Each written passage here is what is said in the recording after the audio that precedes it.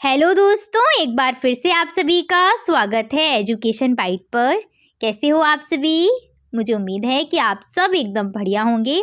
आप लोग के डीएलएड 4th सेमेस्टर की जो साइंस की क्लास में करा रही थी, उसमें मैंने आपको लास्ट में जो आपका चैप्टर है रक्त और रक्त संबंधी रोग वो कंप्लीट करा दिया था।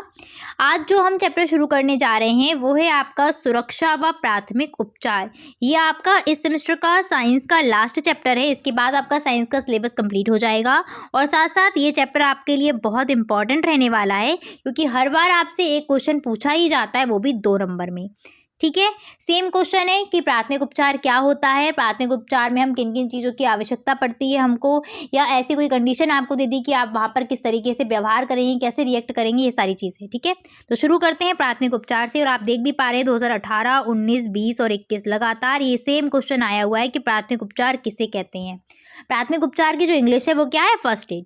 तो फर्स्ट एड का मतलब क्या है कि फर्स्ट मीन्स पहले, यानी कि प्रारंभ में, और एड का मतलब है सहायता। तुरंत जो सहायता प्रदान करी जाती है, प्रारंभ में जो सहायता प्रदान की जाती है, वही होती है हमारा प्राथमिक उपचार। आपातकालीन की स्थिति में जो प्रारंभिक सहायता दी जाएगी उसी को हम बोलते हैं प्राथमिक या प्रारंभिक उपचार, जिसको फर्स्ट एड बोला जाता है। कहने का तात्पर्य क्या है? आपके सामने कोई व्यक्ति है जिसके चोट लग जाती है या उसके साथ कोई हादसा हो जाता है, तो हम उसको क्या है, डॉक्टर तक लेकर के जाएंगे।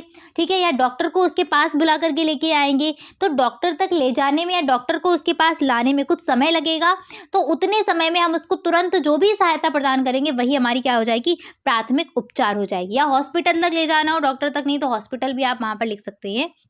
तो आप डेफिनेशन ये वाली भी लिख सकते हैं कि रोगी को डॉक्टर के आने तक या डॉक्टर के पास ले जाने तक या अस्पताल तक ले जाने से पहले जो तुरंत सहायता दी जाती है वही कहलाती है प्राथमिक उपचार। जैसे मान लीजिए किसी के अभी मतलब आपके सामने किसी व्यक्ति के क्या हुआ, चोट लग गई। ठीक है, उसका क्या है, रक्त बह रहा है, खून बह रहा है, तो हमारा सबसे पहला काम क्या रहेगा कि हम उसको डॉक्टर के पास तो ले जाएंगे, लेकिन उससे पहले क्या करें, कुछ ऐसी व्यवस्था करें जिससे जो है रक्त बहना बंद हो जाए। कपड़ा बांध सकते हैं या आसपास जो भी साफ सुथरा कपड़ा है, अगर आपको कोई आसपास पट्टी वगैरह कुछ मिल रही है तो उसको क्या हो, रैप कर दीजिए। ऐसे मान लीजिए किसी के हड्डी वगैरह टूट जाती है तो हमको वहाँ पर क्या करना होगा, तो उसके लिए भी अस्थि वाला तो आपके में आया भी था एक बार सेमेस्टर में कि अस्थि भंग होने की स्थिति में, यानी कि हड्डी टूटने की स्थिति में क्या होता है और इसके प्रकार के क्या क्या होते हैं, या फिर हम क्या इमीडिएट हेल्प कर सकते हैं। तो कुछ अगर लकड़ी का टुकड़ा वगैरह है तो उसको वहाँ बांध दे, जिससे क्या है वो हड्डी सीधी बनी रहे, लटकती हुई झूलता हुआ हाथ ना रहे। और बाकी का काम क्या है, जब हम उसको हॉस्पिटल ले जाएंगे तो डॉक्टर वो सारे काम कर देंगे। ठीक है, तो ये सारी चीज़ें रहती हैं।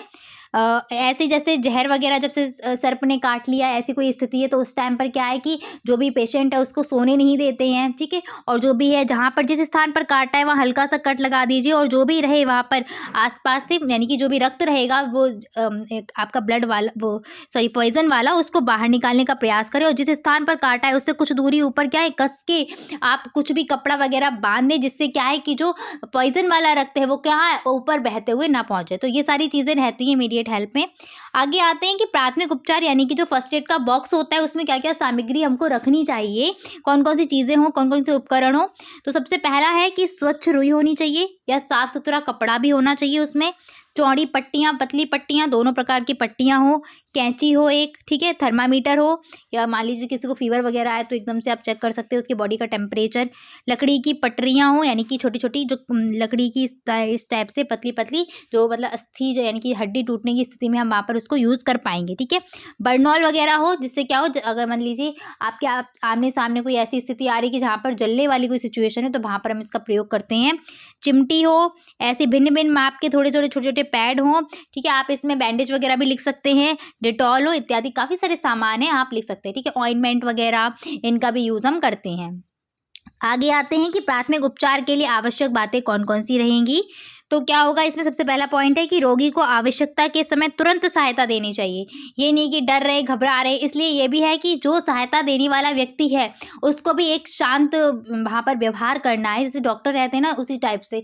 उसको घबराना नहीं है। मान लीजिए कि आपके सामने किसी को चोट लगी है, उसका रक्त बह रहा है और आप भी उसका रक्त देख करके एकदम घबरा रहे हैं। बहुत से लोग होते हैं ना जो रक्त को देख भी नहीं पाते, एकदम से उनको ही उल्टी चक्कर आना शुरू हो गए या बेहोश होने लगे, तो फिर ऐसी स्थिति में आप उस रोगी की सहायता सहायता कैसे कर पाएंगे, इसलिए कि रोगी को जो भी मतलब जहाँ पर भी जब भी आवश्यकता पड़े तो तुरंत उसको सहायता प्रदान की जाए। जख्मों से निकला हुआ जो भी खून है उसको तुरंत बहना बंद करें। हम सबसे पहला काम हमारा यही रहेगा कि जो ब्लीडिंग हो रही है उसको जितना जल्दी हो सके रोका जाए, कि अगर रोकेंगे नहीं तो ब्लड की कमी हो जाएगी, फिर हमें बाहर से जो है रक्त वो उसको देना पड़ेगा। ऐसी रोगी को अधिक से अधिक आराम पहुंचाने दें, यानी कि सीधे लिटा दिया जाए, इस तरीके की चीज़ें। रोगी की सांस वगैरह देखते रहें, अगर सांस जैसे कम हो रही है तो कृत्रिम जो दी जाती है वो भी दी जाने की अगर आवश्यकता पड़ रही है तो उसको हम ज़रूर देंगे। इसके बाद आगे क्या है, रोगी के घाव वगैरह हैं, जैसे मान लीजिए जल गया है या और भी चीज़ें हैं, तो उनको ढक के रखें, जैसे मक्खी वगैरह जो है वो उन पर ना लगें। और अगर हड्डी टूटी हुई है तो उसको ज़्यादा हिलाना नहीं चाहिए। क्लियर। आगे आते हैं प्राथमिक उपचारक के गुण क्या क्या होंगे, यानी कि जो प्राथमिक उपचार करने वाला है उसके अंदर क्या क्या गुण होने चाहिए, जो मैं अभी आपको बता रही थी। क्रिया में तत्परता, यानी कि काम को जो है वो फटाफट करे, जो सहायता उसको देनी है ना वो तुरंत दे।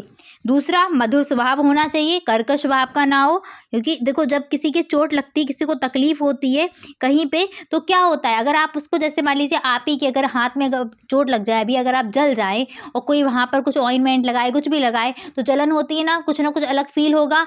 तो अब रोगी तो वहाँ पर हाथ हटाएगा, चिड़चिड़ाएगा। अगर जो ट्रीटमेंट करने वाला व्यक्ति है वो भी वैसा ही बन जाए, गुस्सा दिखाने लगे, तो फिर काम नहीं चलेगा। इसीलिए जो उपचारक है वो भी क्या हो, मधुर स्वभाव का हो, सहनशीलता होनी चाहिए। जैसा कि एक टीचर का भी ये गुण है, एक शिक्षक का भी है कि उसको कैसा होना चाहिए, सहनशील होना चाहिए। भिन्न भिन्न प्रकार के बच्चे आते हैं, उनके साथ डील करना, सेम ऐसे ही डॉक्टर का भी जो है सहनशील होना चाहिए, क्योंकि अलग अलग बैकग्राउंड से पेशेंट आते हैं, सबके क्वेश्चंस अलग अलग रहते हैं। तो वहाँ पर क्या है, अगर डॉक्टर वहाँ एक तरीके से आपका गुस्से में रहेगा या उनको जो है उनके जो क्वेश्चंस है उनका आंसर थोड़े उससे दे रहा है तो काम नहीं चलने वाला। इसलिए डॉक्टर या उपचारक जो भी रहे उसको क्या है, सहनशील रहना चाहिए, कार्य में कुशल होना चाहिए। इमीडिएट मतलब आपको तुरंत वहाँ पर सहायता देनी है तो आप में कुशलता भी हो, तत्परता भी हो, दोनों चीज़ें होनी चाहिए। तत्कालीन निदान करने वाला हो और साधन संपन्न हो, यानी कि ऐसा नहीं हो कि मान लो कि आपको फर्स्ट एड करना है और आपके पास कोई सामान ही उपलब्ध नहीं हो रहा है, तो जितना हो सके आपके आसपास जो भी चीज़ें ना, इसीलिए घर में भी एक फर्स्ट एड बॉक्स होना चाहिए। आप अगर कहीं जा रहे हैं जैसे आपका कार वगैरह, तो उसमें भी एक फर्स्ट एड बॉक्स रहना चाहिए, कब किसी को कहाँ ज़रूरत पड़ जाए तो एकदम तुरंत उसकी हम मदद कर पाएँ। तो ये आपका प्राथमिक उपचार वाला चैप्टर था जो आपका कंप्लीट हो गया है।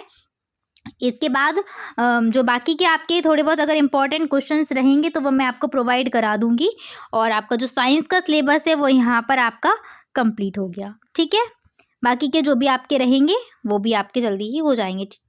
चलिए, thanks for watching and please like share and subscribe my channel. Bye bye, take care.